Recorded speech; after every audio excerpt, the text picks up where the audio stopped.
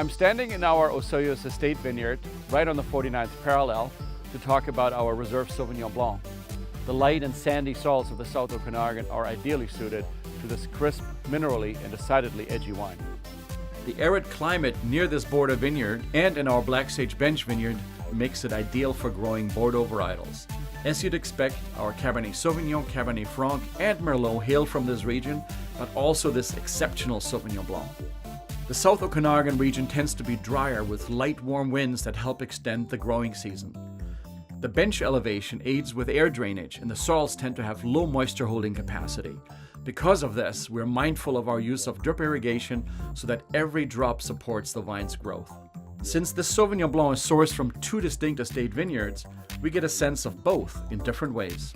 From the Black Sage Bench vineyard, the Sauvignon Blanc grapes there tend to have an underpinning of minerality that provide depth and fullness to this wine.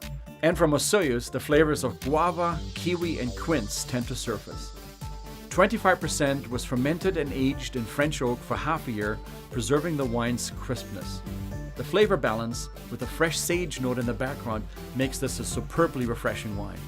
There's a distinct edginess on the palate that delightfully moves to lemon drop, lemongrass, and lime zest flavors. The finish is crisp with a slight herbaceous note, perhaps picking up the silver sage notes that are in the air.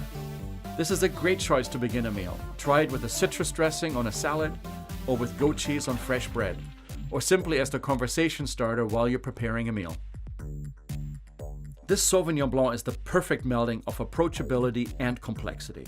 It benefits from a bit of French oak fermentation that, coupled with fruit sourced from the warmer climates in the South Okanagan, gives a refreshing minerality.